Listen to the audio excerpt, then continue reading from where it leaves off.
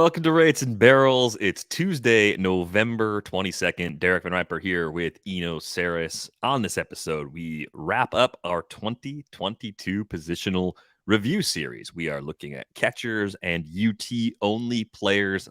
It's nice to have the end of the series here, because as we've kind of joked for a few weeks, it means we're closing in on starting the preview series probably in January. Not really something we're doing like immediately after reviews. Yeah. We're actually taking a break next week, 1 week off. And then I think we'll hopefully have a whole bunch of news. One thing that happened this year with the lockout is everything got squeezed. So, we were like playing baseball into like the awards week almost. It got a little hairy there. And I think that's why there's been a relative lack of news right now, is because somebody has to take a time off sometime. So everyone's sort of taking some time off, and I expect that the winter meetings will be pretty interesting. There have been a bunch of non-tenders that are decent players like Cody Bellinger and Luke Voigt. There are a bunch of teams, but there's the four big shortstops. I expect them to sort of take the longest, but there's still all these players around that can sign. I think generally the playoff structure was a success in that teams that tried did well. The Padres and Phillies as examples, and then also it seemed to incentivize teams to try before we even got to the playoffs, in terms of people wanting to win the division, and thinking that was a legitimate incentive to do something more than just be like, I'm going to build an 89 win team and call it quits. You saw the Dodgers try to get better, saw the Yankees try to get better, saw a lot of teams that actually tried to win the division. The Mets spent a bunch of money, etc. So I think the playoff strategy ended up being a success. And because of that, I expect the Mets, for example, not to sit on their laurels and think, oh, a wild card would be fine. I think they'll want to win the division.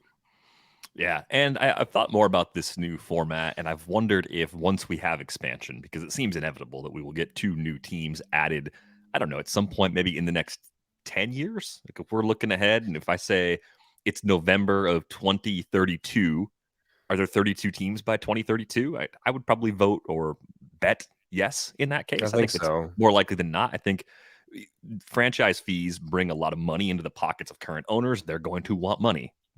When don't they? But this is a window where timing wise too, it's been a little while since we've had expansion. Getting to 32 might actually get us back to 2 divisions in each league. That could also be the other change. That's the change I would like to see accompany 2 new expansion teams, 2 8-division teams in each of the American and National League. I also think that we can afford it talent wise. I know that there's some people who say, oh, we can't even field good pitching staffs right now, and I disagree. I think that right now, the third and fourth best reliever on good teams could close for most teams 20 years ago. Yeah. We're talking about, somebody like Jonathan Loaizaga, I think would have been a great closer 20 years ago, and so that to me means that we can afford a little bit of expansion. That's more jobs for the players. It's more markets, for more TV markets for baseball in general, a chance to grow it. There are regions like the region between Charlotte and Durham right there that are doing really well financially, are growing, are young regions that aren't necessarily, yes, they sort of Braves fans now, but they're not so solidly Braves fans that they couldn't be a fan of a new team. And so I'm generally a fan of expansion. I'm annoyed that it has to wait for Tampa and Oakland to get new stadiums, because Manfred has to hold those places hostage. And so he needs those expansion areas as places where they could move those teams, Oakland and Tampa. And so that's annoying to me, because I'm not a big fan. Most of the data says that giving teams stadiums for free is not what the taxpayers want. If you want, check out JC Bradbury's feed He even convinced me that, as I thought the San Diego one was a win, but he pointed out that things like the new light rail that the taxpayers had to pay for after the stadium was so successful that the gas lamp grew bigger. They had to go back to the taxpayers and ask for a $200 million light rail. So you actually have to add that into any sort of math that you're doing.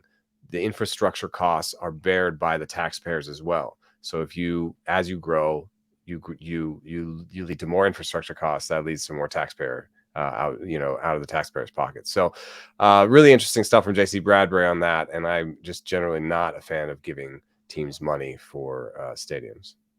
Yeah, I'm right there with you, and I think JC's work explains in clear detail why that's a stance that makes a lot of sense. Let's get to our catcher review. It's a position that every single year for the last 3 or 4 years I've suggested we should shrink it. We should go from 2 catcher eliminate leagues it. Is it like standard. kickers in football? No, it's not that bad.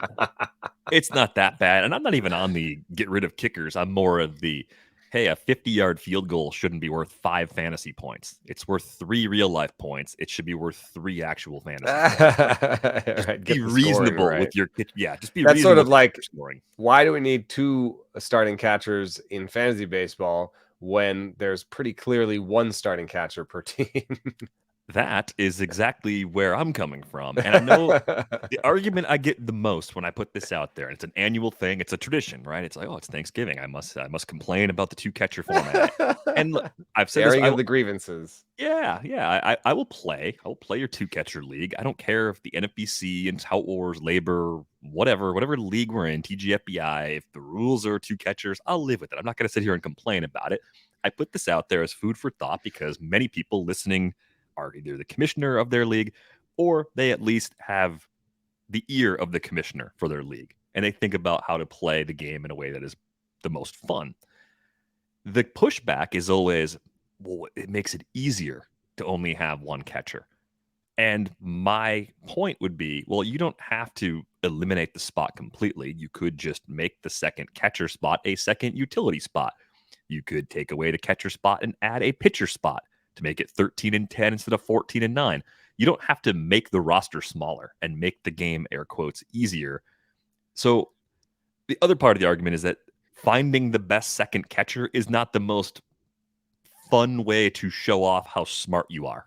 There are more interesting ways to find value than digging through the pile of second catchers and trying to find the guy that either just plays a lot because he's a slightly better hitter or framer than the other guy, or someone who's the beneficiary of an injury because the position gets so torn up by injuries each and every year. But then I know you've talked a lot about on this show some of the long-term implications of rule changes and the way the game is played and how that could ultimately shift the way catchers are developed. And maybe that ultimately in several years changes the amount of offensive output that we get from the catcher pool as a whole. Yeah, I had some interesting news about that while down in the Arizona Fall League. A scout told me that they had recently sort of polled players and coaches and staff about the options in front of them, which were, status quo or fully automated balls and strikes, robo umps, as it were, or the newest thing, which is a challenge system where there's a certain amount of challenges per game. And full robo umps was a dead last, obviously last, and status quo and the challenge system were in sort of a tie, as I was told. And that's really interesting because we've seen the challenge system, in the minor leagues, and it's fast. It does allow for big calls to be reversed. And basically the pitcher and the catcher or the hitter can just make a signal to the ump, and they basically play it. It's not one of those ones where you're waiting for the manager to review it and all that thing. It's sort of just a direct sort of thing. And then they see it up on the everyone sees it up on the board, and it's boom. It's more like the tennis thing where they use the same technology, Hawkeye, and once there's a challenge, They show it up on the board. Everyone sees the ball bounce. Everyone sees if it was in or out, and everyone gets to clap or boo, and then move on quickly. That keeps things honest. By the way, did you know? I missed this. My son told this to me. My 10-year-old son told me that someone pitched a perfect game. An umpire pitched a perfect game in the World Series. Got every single call correct. I did not see that. Is that from ump scorecards or from one of their sources out there? I don't know how my kid found that. It must have been on the news or something when I wasn't listening. But anyway, umpires have been getting better as we've been training them, and I think the challenge system could actually just add to another layer of right now they're on the order of 85 to 88% correct, if I believe the last numbers that I saw. This could push them into the 90s, I believe, and maybe it's not worth upending a sort of special relationship between pitcher, catcher, and umpire that exists right now, a skill that's valued on the open market in framing, and a certain market status quo when it comes to catchers. Maybe it's not worth upending all that for the extra sort of 4 to 6%, especially if the challenge system gets the biggest calls correct. You know what I mean? Because you're going to save those for like, oh, I don't want to strike out in the 8th inning on a pitch that was wrong. That's the ones we remember.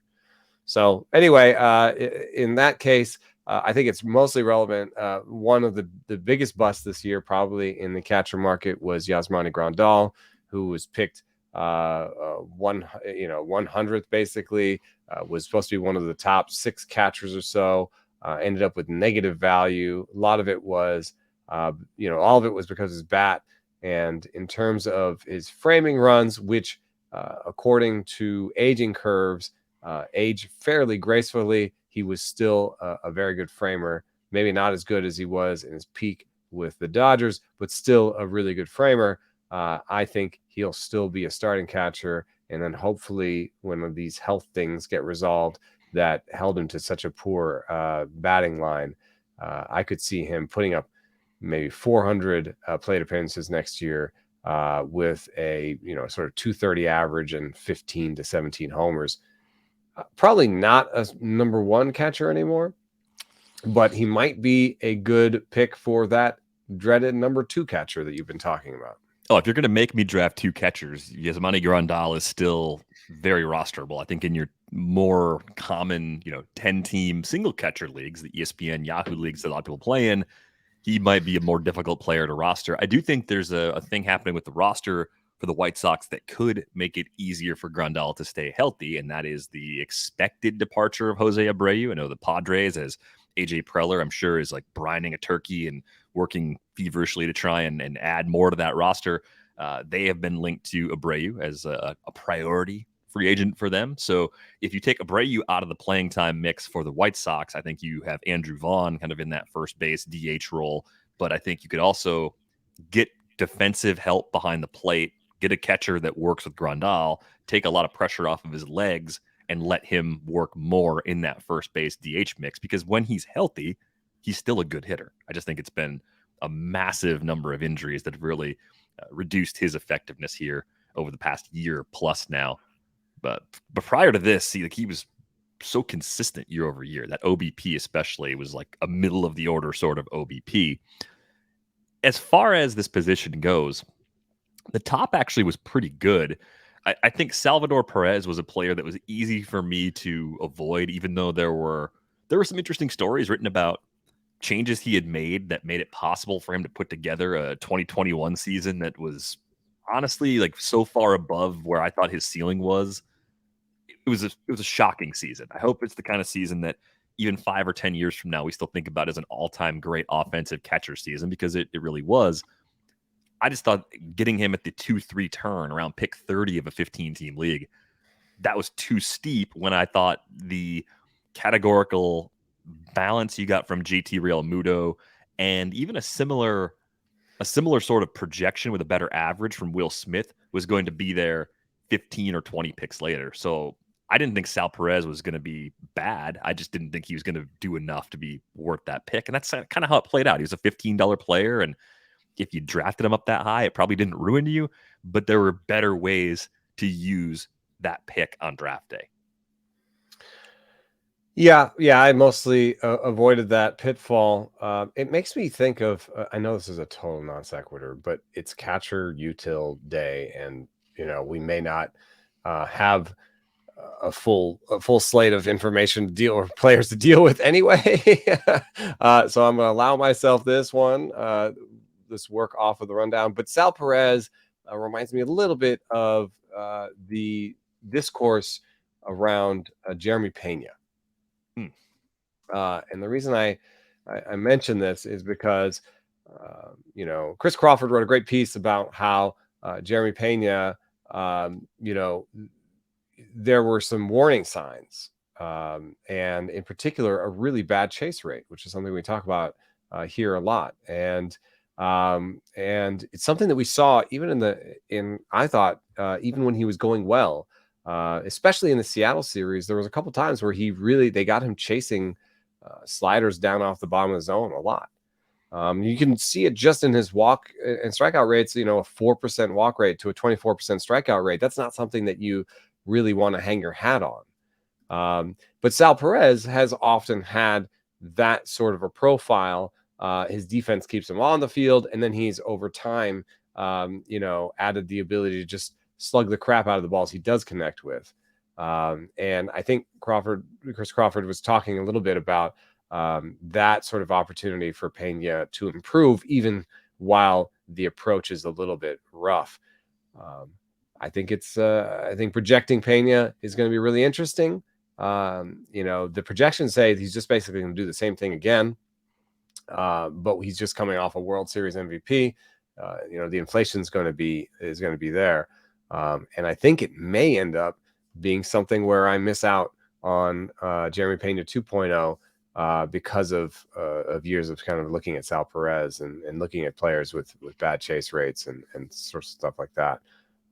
But I also have 2 shares of Jeremy Pena in keeper leagues where I'm really stuck, because then, do I sell high or do I hold? So that was a digression, but mostly I did fairly well. I think this year I did end up with a couple Grandal shares, but what I tried to do was get Real Muto, Smith, or Wilson Contreras as my number one. I wanted to get one good number one that I believed in, and then I waited a long time and usually got my number 2 in the early 200s, where it was a good year to go shopping.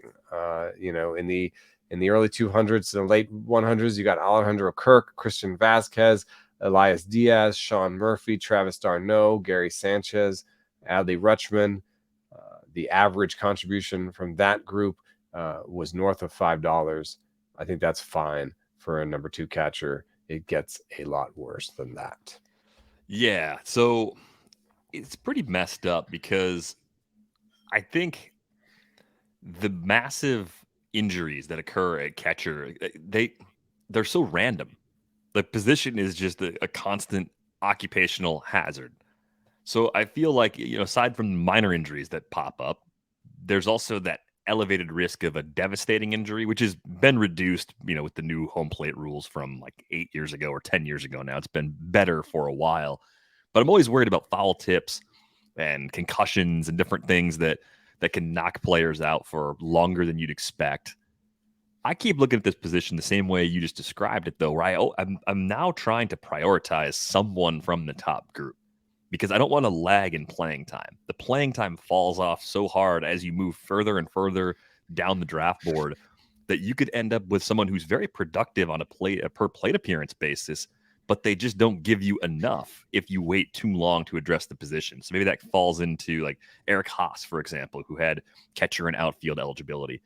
You can use players like that sometimes as a second catcher, but if you end up with 2 guys like that, you come up really, really light in runs and RBIs, compared to the teams that actually have at least one of those top end catchers. I know some people out there were trying to get 2. Some people were willing to prioritize 2 early roster spots on some combination of Real Muto, Smith, Dalton Varsho, Wilson Contreras. I feel like that might be a little bit too much in a snake draft situation, but when you have the salary cap to work with, it might be a little more viable in drafts like that. I did that in Tout Wars. It worked really well. I didn't do it in any snakes this year. We'll see if that's something that I can actually try and pull off, maybe in a draft and hold or something. But I do think your format might dictate whether or not you can actually get 2 elite catchers and do it without paying a steep price in the form of the opportunity cost. I don't love the money output because if you can do it, if you just run the auction calculator Fangraphs, you can just see that the difference between their raw value, their value is just a bat, and then their positional value once it's added in is so big that I hate that you're just spending a lot basically on manufactured by the 2 catcher rule, manufactured position scarcity, and I can see the argument for it. There is value there, but there were 4 catchers this year that were above average with the bat and were qualified batters, and only 5 catchers that were qualified batters this year. So that's spending a lot of money on not many plate appearances, if you know what I mean. But if we take out the qualified filter, I think and just sort by plate appearances, you had Sean Murphy with 612. He was the only one over 600. You had another 4 with 500, and then you had another 14 with 400. And I would really love to get 2 out of that 14, because once you start getting under 300, once you get to 23rd in the big leagues, Jose Trevino, yes, worth rostering last year, but 354 plate appearances and 11 home runs. It's just not and like 39 runs and 43 RBI. It's just it's really poor counting stats. So I want to get 2 of the top 14, but I would love to get like 5 and 14. You know what I mean? Like that's how I want to spend. Yeah, and there's a few gifts in the pool for us right now. Dalton Varsho played enough games behind the plate in 2022 to qualify the position for at least one more year. Yeah, he's carrying an early ADP inside the top 50 overall, right around pick 45. It's the second catcher eligible player off the board behind JT Realmuto. Realmuto moved into the Sal Perez seat. He now goes right around pick 30 because you're also getting some stolen base contributions. But part of the reason why I was fully out on Sal at that price, but I'm not necessarily an automatic pass on Realmuto, is because of the categorical balance and the batting average situation. It is much different looking at Realmuto's core skills versus Sal Perez's core skills, which even though he plays a ton so long as he's healthy, I do think you can find that core set of skills elsewhere in the player pool. There are some first basemen, there are a lot of outfielders that are low average, big power mashers. Yeah. So I don't want to commit that to my roster in the early rounds with Realmuto because the shape of the way he gets to the $20, $25 range, even the $30 range, it's so different than someone like Sal that I'd actually at least consider it depending on other circumstances. Unfortunately for us, that is a gift that we'll keep on giving, but there are not many gifts behind that. I think in terms of guys that jumped up into somebody I might want to take in the top 100, I think the only other name that comes to mind is Alejandro Kirk. Sean Murphy maybe on the as a sort of 80 to 100. But I think Murphy, Kirk, that might be where I go shopping. Maybe Wilson Contreras. Are those guys by ADP around 80 to 100? Even a little bit cheaper. Wilson Contreras is in that range at 98. And again, it's so early. We've only got 11 drafts in November that we're looking back at. Sean Murphy looks like an early value to me. He looks like the guy that is the sort of I waited at catcher. I got a guy that plays a lot, that hits the ball hard, that if he stays in Oakland is in the heart of the order. And even if he goes to a better team, great. More RBI chances. Moves down in the order, but probably does just fine because he's getting a park upgrade on top of a supporting cast upgrade.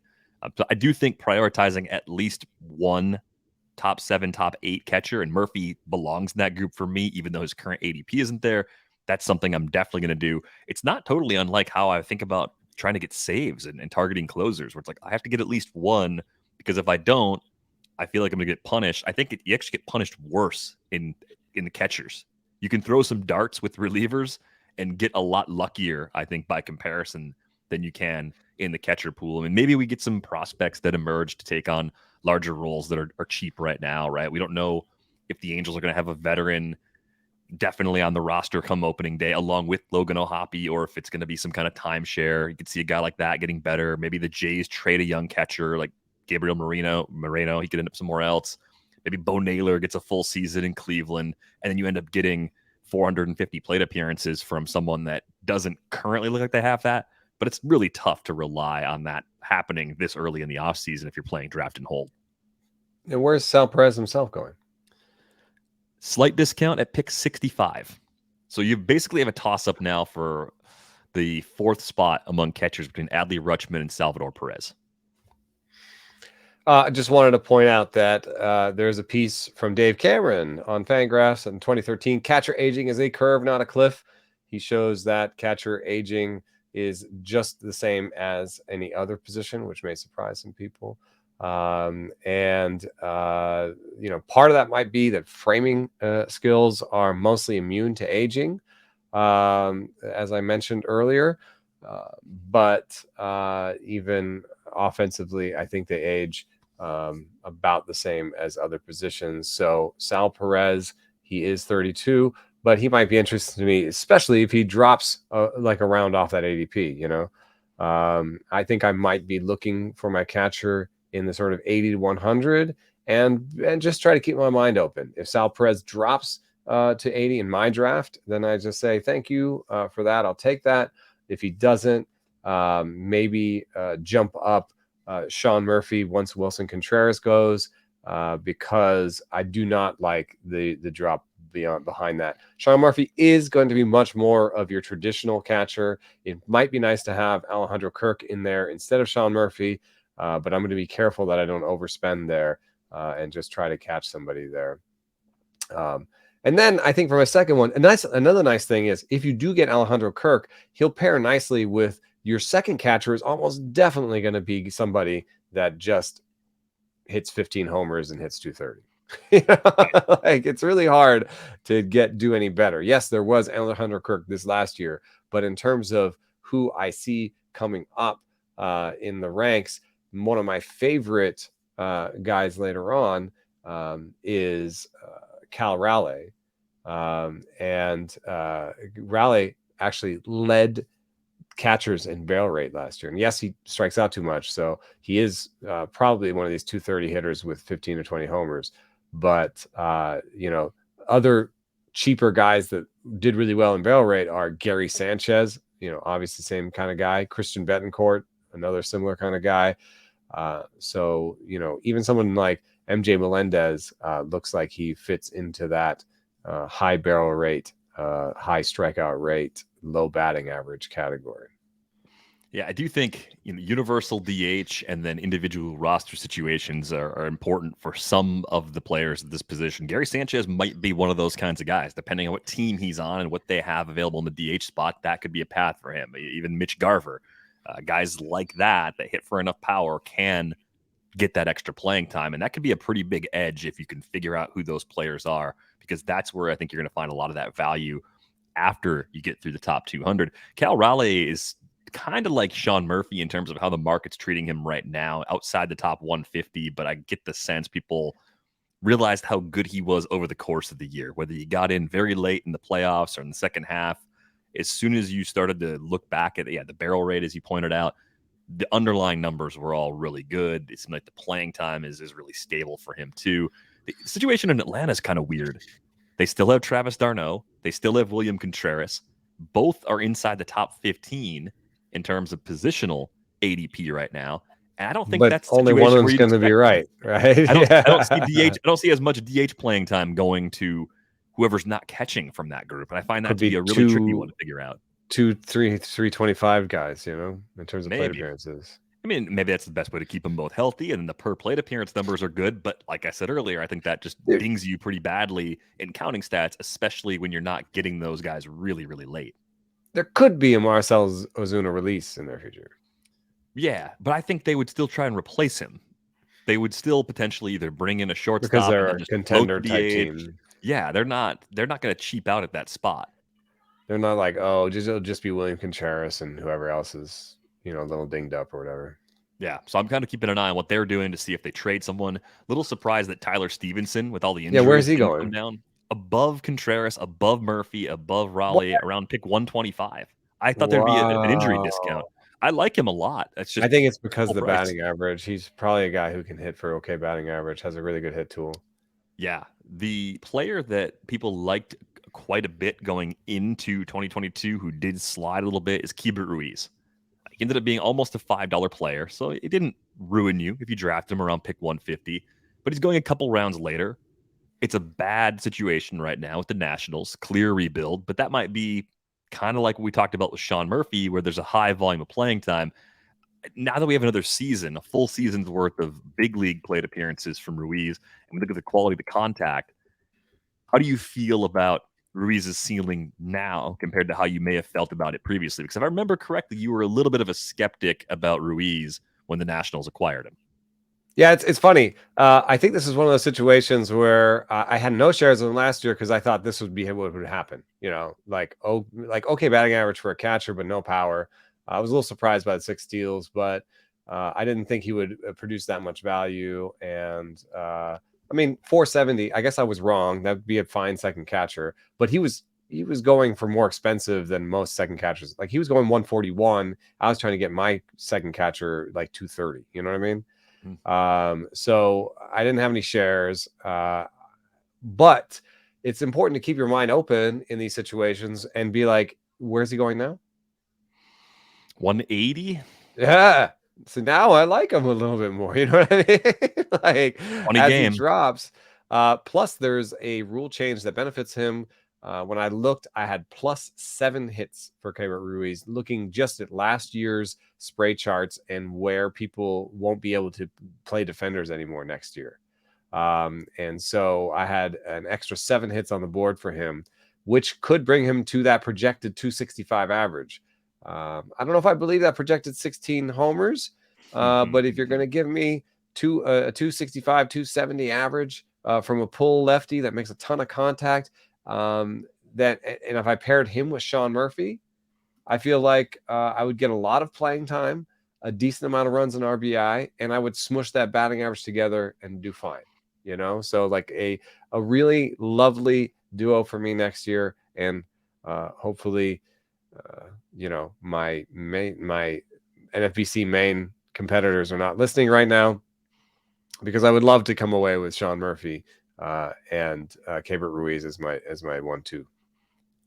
Yeah, I almost think Ruiz is like a younger version of Christian Vasquez right now, where it's like a little bit of speed, an average that might even be good, but probably won't hurt you in that category. Maybe a little bit better than Vasquez because of that strikeout rate, but yeah.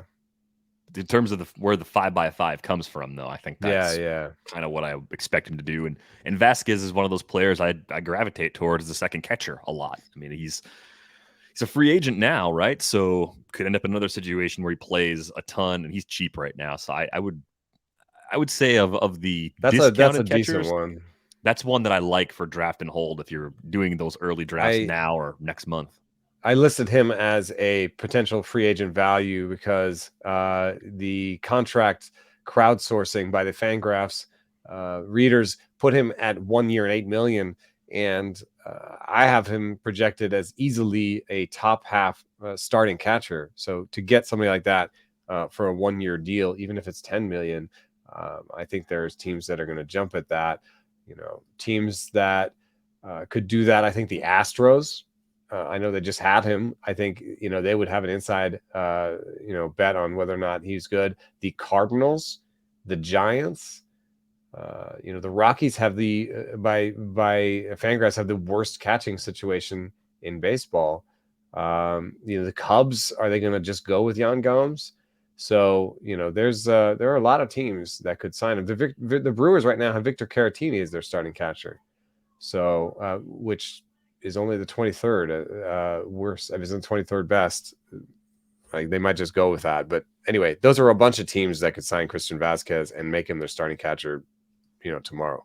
Yeah, I think teams see him that way. I don't know if the ADP reflects that right now. So take advantage of it while you can, because it probably won't last once that situation is actually clear to everybody. Anybody else in this position, either a young player that broke through that you thought was better than expected, or an older player that surprised you? Because the young catchers in particular, there's a lot of prospect talent coming through. MJ Melendez that came up this year and was a $10 player right away. Played enough in the outfield where he qualifies both the catcher and in the outfield, so you get a little bit of position flexibility. He exceeded my expectations in part because I thought he would strike out more. I just thought some of the lower level issues he had with strikeouts might present themselves in a greater way upon arrival in the big leagues. But 24.5% from him, I mean, that's right in line with his AAA numbers, only a little bit above what he had done at AA back in 2021. I'm curious what you think the next level might be for him, because the slash line is a little underwhelming for a guy that can hit the ball pretty hard and doesn't make bad swing decisions. You're talking about MJ Melendez? Yeah. Yeah, I traded him away and rued the day. That barrel rate, chase rate and that barrel rate, I think portends better batting averages in the future. He does not hit 50% fly balls, so a 258 BABIP I think seems light. Even the projected 268 BABIP, where is that coming from? They're just giving him catcher speed. I'm not sure that he's like, bottom tier catcher speed. In fact, I want to look at his sprint speed now. He's probably not slow because they can play him in the outfield. Right. 61st percentile for sprint speed. Yeah, that's good for a catcher. So I'm not sure that I believe this 268 BABIP, which means that you could get a 250 hitter with 25 homers and 5 steals next year at catcher. I mean, where's his ADP? He's kind of in that Stevenson elevated price range, even Still a little earlier. Expensive, yeah. Right around pick 100 right now. I mean, I'll put him in that mix at 100, and maybe he'll be preferable to some other guys. But if I can wait 20 picks and get Murphy, it'll be interesting to see what decision I make there. But another guy that I was looking at, that I traded for at one point during last season was Jonah Heim, who had a 262 batting average in the first half and 12 homers, and then a 181 batting average with 4 homers in the second half. And that was a little bit difficult to deal with. Unfortunately, the process stats, it's not really clear what happened. He struck out less and walked more in the second half. And his ground ball fly ball mix was about the same. He's pretty pull happy. But as a guy who is a switch hitter and is going to bat lefty, that's not as much of a concern next year. I think Jonah Heim would be a decent guy to put in as your second catcher next year. Where's his ADP? Yeah, he's got 450 plate appearances this season, and he could get that number again, maybe even a tick above, depending on a few things that might be out of his control. ADP right around pick 250 for November. I love that. That's a guy I could come up with. I mean, if there was like a really obvious thing in the splits where I'm like, oh, he hit everything on the ground in the second half, and I don't really see that. There may have been some injuries. Also, his biggest catching workload in the big leagues. That could have just taken some toll on him, but he should be more prepared for that next year. And then there's actually a little bit of a sign that there could be more in there. He had a 112 max EV, the best of his career, and his barrel rate got better again for a third time. Like, what if he, takes a little bit of a leap forward in the power department? So there is some upside there that people are going to ignore, I think, for the most part, because it was such a terrible second half. Yeah, I mean, a 227, 298, 399 line overall makes it a little easy to look right past him, and I think the playing time is safe because the defense is great. The line he had was a league average hitter, and he does that with great defense. That plays at this position. And yeah, that's why you get the 450 plate appearance projection, which is, I think, something you want. Should we move on to the UT only players? There's like 5 of them. Let's do it. All right. Shohei Ohtani is not UT only, but of course we'll talk about him here because from a hitting perspective, he is UT only. $28, I believe, was just the hitting value he provided. I think the combined value would have been closer to like 45 to 50, depending on the calculators you want to use. But if you're able to also, accrue all that value. You had to choose. In a lot of leagues, you had to exactly. choose what is he for a particular lineup period. What I found to be really helpful was that in the 15-team NFBC auction championship, where I had Walker Buehler go down with an injury, having Shohei Ohtani, being able to shift him from UT to pitcher, gave me a shot at getting the high quality innings I was expecting from Buehler from someone else. Very hard to find that on the wire, a little easier to find whatever hitting stats you might need to kind of stay afloat in that spot. So I liked him a lot more as an insurance policy. I didn't really think about him in that light when I built the team. I just thought he was going to hit for me all the time. And, if I pitched him once or twice because the situation called for it, fine. But he ended up kind of flipping on my roster mid-season as my needs on that roster change, and I really liked having that. It's amazing. What that is a trade in a league that doesn't allow trades. Right. He traded Shohei Ohtani, the hitter, for Shohei Ohtani, the pitcher. Yeah, that's super hard to quantify. But I can't give him the full value of just adding hitter and pitcher because it's a weekly league, so you never really got that. But I can give you, the first half of him. I can give you half of hitter and half of pitcher, and that still gets you to a $30 player. There are not that many $30 players. That's according to this version of the auction calculator you're using, that's top 1 or 2 at a position. So really cool that you were able to use that. I didn't monetize it. Yeah, it's still also a little tricky to pull off the right to build with that in mind, right? Yeah, in your head when you're counting up how many pitchers do I have and how many hitters do I have, you're still I don't know in the draft, right? You don't know. I think you just have to choose one while you're in the draft, and then it might be a bonus later. I think you can sort of tell based on how the foundation of the roster comes together. So, a Snake, he's a first-round pick. So you don't know in the first round. But depending on what you do maybe with the next 4 picks together, after round 5, you should know what your intention is. So you can I guess it keeps your options open, right? Because you don't have to reach for a pitcher in the second round. Maybe you already got a pitcher. Right. And not knowing, how many other pitchers are even going to go in the first round this year, especially, you're sort of saying, well, let's just see what the board gives me. And then I can, if I feel like there's better value with bats, I go bats. If I feel like there's better value with arms, I go arms, and he's going to hit for me.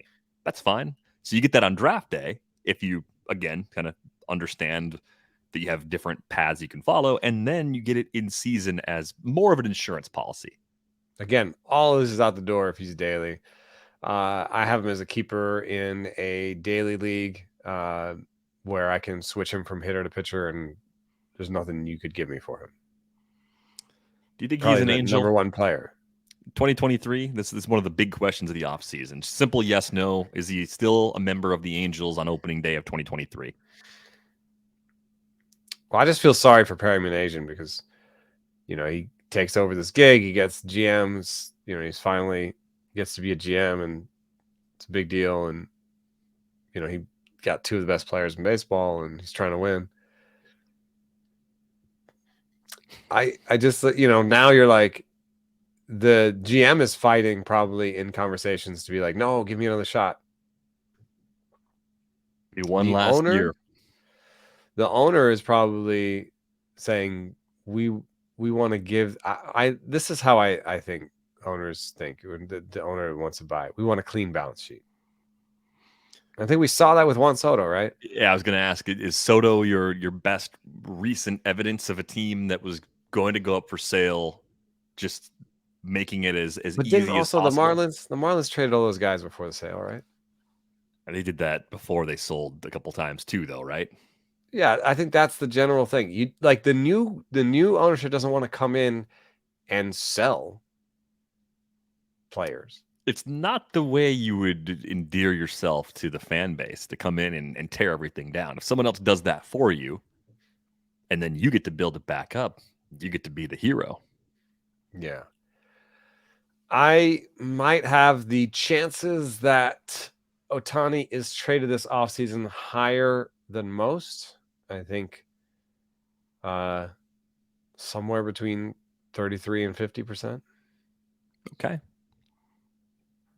It doesn't really I mean, change much about how I would value him. I mean, I think he could theoretically end up in a situation that's more pitcher friendly. So that's good for his pitching stats and not quite as good for his hitting stats, but he's right, yeah. the superstar. He'll He play benefits well from either anywhere. side. Yeah. Yeah. Right. So just shifts where the $40 to $50 worth of value comes from if it's extreme in one direction or another. Could he end up on in a team that's, more tech and data friendly than the Angels were? It's not a high bar, is it? Maybe. No, it's not. But also, everyone has their own private coaches, and so does he. And yeah, I don't. Is somebody going to get more out of him?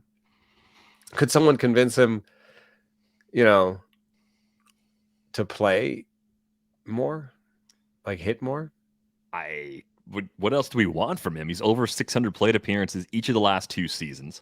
That's He true. struck out less than ever in 2022, still drew walks at a 10.8% clip. The barrel rate, 16.8%, was still excellent, second best of his career. The area of his game where I didn't think he had another level, but it was compared to what he does as a hitter, the pitching side, right? I didn't think he had the command to be as good as he was as a pitcher in 2022. I just didn't think that was possible. I didn't It's think also we'd get a still not 2.33 his ERA and a best. 101 whip. It's still not his best facet. I know his walk rate looks good, but he just basically outstuffed people. He was more. He wasn't a finesse guy. It's working for him for now. 100%. Yeah, there's nothing. I have nothing to really throw at you that's negative, other than like it took him 15.7 seconds to throw the ball with no runners on, and there's a 15-second clock. Like I'm writing a piece about that for an athletic fantasy project, and I couldn't even put him on the list of players affected by the pitch clock. Yeah, it's like I'm not going to put him on a do not draft list because he's 0.7 seconds slow. I think we can deal. 0.7 seconds can be managed. Yeah, we can train for that. And I think similarly, like there is no park that he goes to where I'm like, oh, he's going to be a dud this year.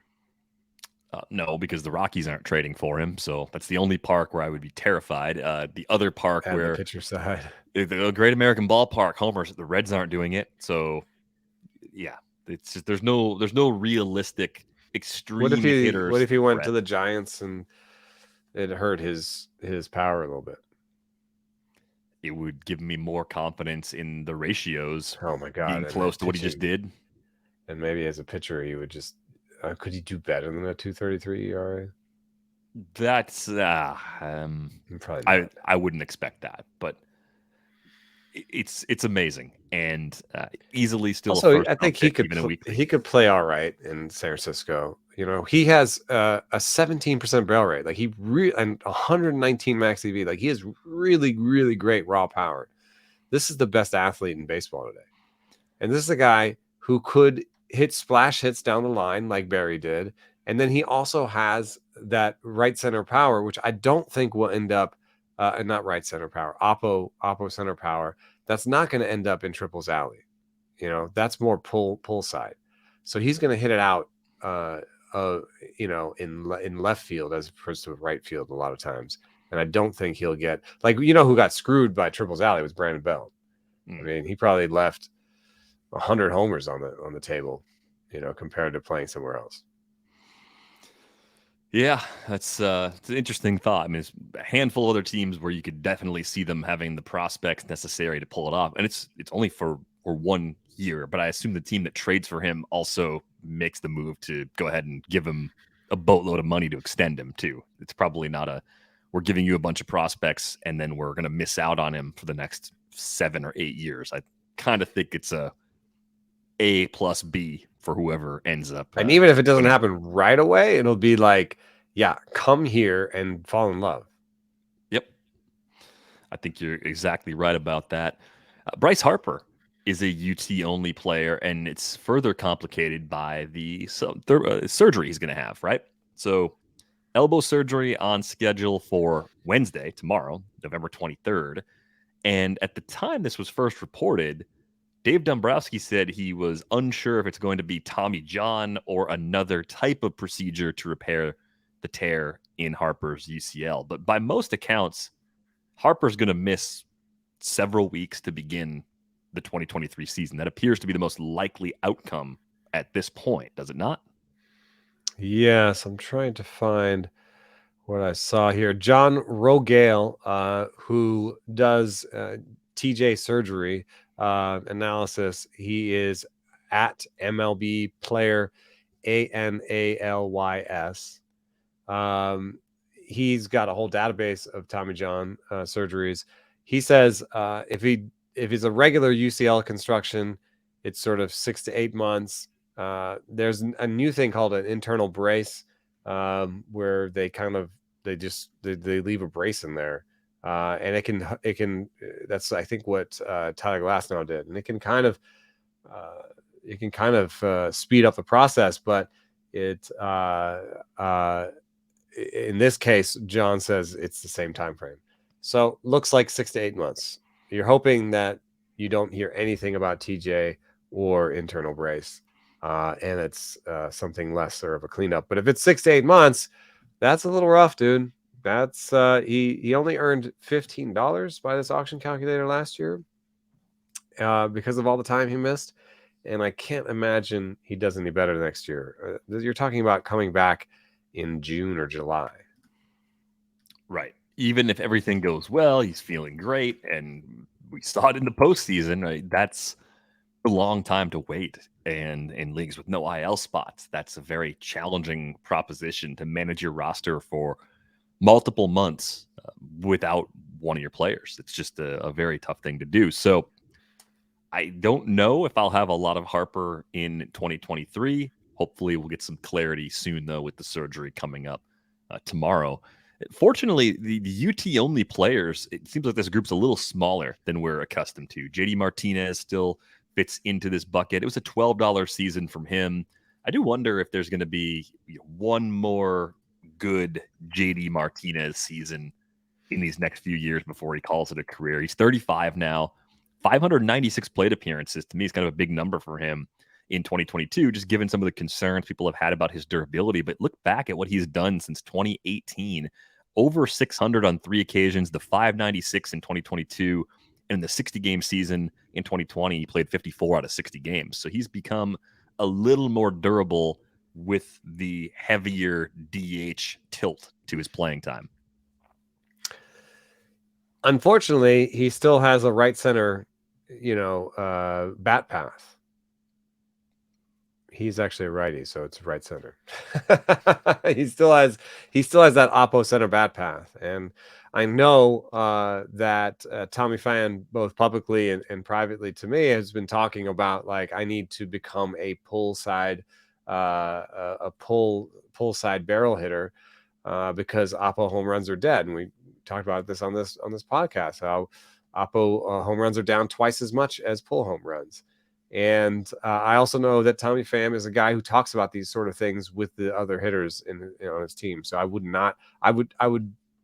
bet 100% that he's talked to JD Martinez about this phenomenon, and that JD Martinez is thinking about it. But the problem is that, trying to go from the approach that JD Martinez has, where he's letting it travel, and that has allowed him to keep his strikeout rate down, and hit to all fields, and his batting average on balls in play up. He has a 342 BABIP for his career. This is related because he's basically a spray hitter with power. And so, if you change your approach and you say, I'm going to get that ball out front, I'm going to pull it, you could expect him to strike out 27 to 28% of the time, lose that BABIP because now he's pulling into more defensible places on the field, and be more of a 250-25 homer hitter. Well, either way, he's projected right now to be a 250-20 homer hitter. So maybe at this point in your career, you say, I want another contract. I'm gonna go for the pull side homers and see what happens there. So I think he'll get a 1-year sort of pillow deal from somebody, and we may see a different approach when he comes back. If he does the same approach, though, I think it's going to limit his power. I don't think he's going to hit more than 20 homers, maybe 22 or something, with this approach. Pick 240 is where JD is going in early drafts. Tempting in that range because he could be the player he was last season and you'd be fine. Like if it's high teens in the home run count Yeah. and maybe a few more runs and RBIs to go with a good average, you could live with that in that range. No positional value, and that's something we haven't really talked about in terms of strategy. When you take one of these util only guys, is you're not really helping yourself anywhere positionally, but in a way you are, because you're pushing everybody else around, right? So you put the guy at util, then your sixth outfielder becomes a bench player. That you are creating some versatility, and if you could pair him at 240. Are there any? Can you just glance around 240 and a little bit lower? Some multi-eligible guys. Yeah, Gavin Lux, second in outfield. Christopher Morel, Luis Urias, Yeah. second, So third. that's a short. really interesting one. Morel and JD Martinez, right? You could shore up a lot of positions and have a high floor. So Martinez is your high floor util guy, and Morel is your high ceiling util guy, but actual util, like You can move them, yeah. multi-eligibility. Yeah. That's a really interesting pairing, I think, because Morel's all of Morel's flaws are the things that Martinez does well too. It's almost like if you could push them together into one player, you'd have a superstar young player, right? So I think that's a really interesting pairing right there. Morel and JD Martinez for your two of your last three hitters is not terrible. Nelson Cruz finally didn't come through and provide that value that we were expecting in 2022. Did he officially retire, or is that just an expectation that he's going to retire? I would expect it. Yeah, I don't think I've seen an actual announcement or anything yet, but I'm probably going to try to play in the World Baseball Classic maybe, and then maybe.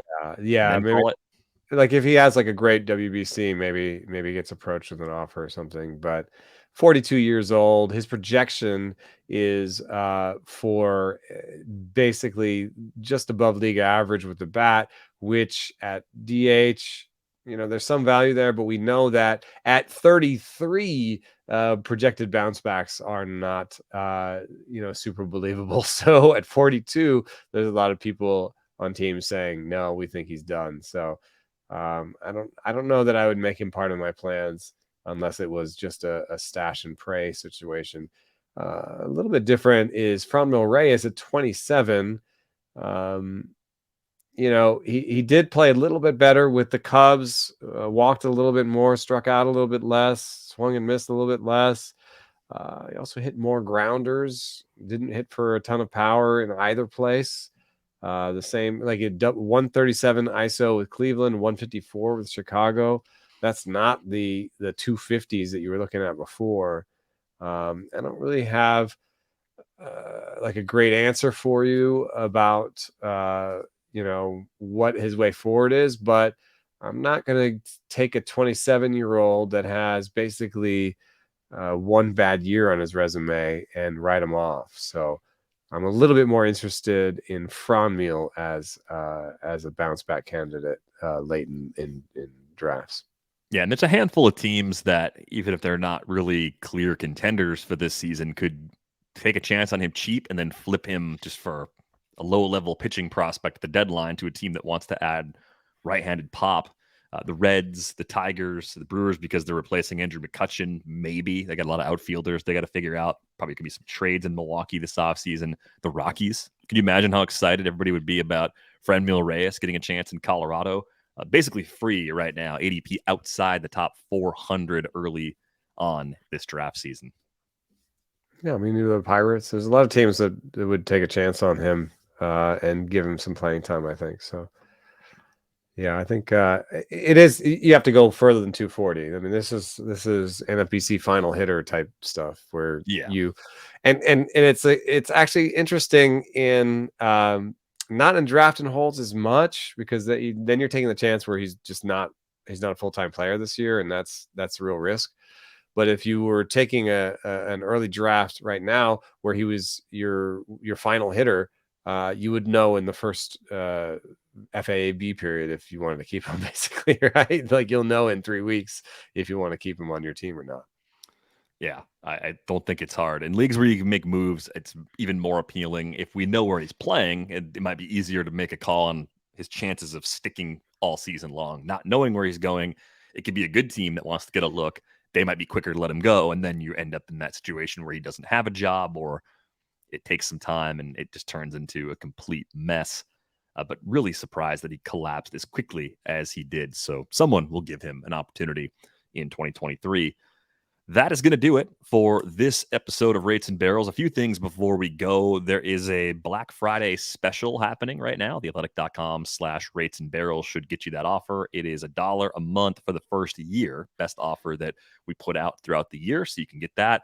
There are some discounts as well on gift subscriptions. They are not that same offer, but they are discounted compared to what they normally cost. So if you're thinking about giving the gift of The Athletic, this is a good time to do that too. So be sure to check out those discounts while you can. On Twitter, you can find Eno at Eno Saris. You can find me at Derek Van Riper. We hope everyone has a safe and happy Thanksgiving. We are off next week. We are back with you when the winter meetings begin in early December. Thanks for listening.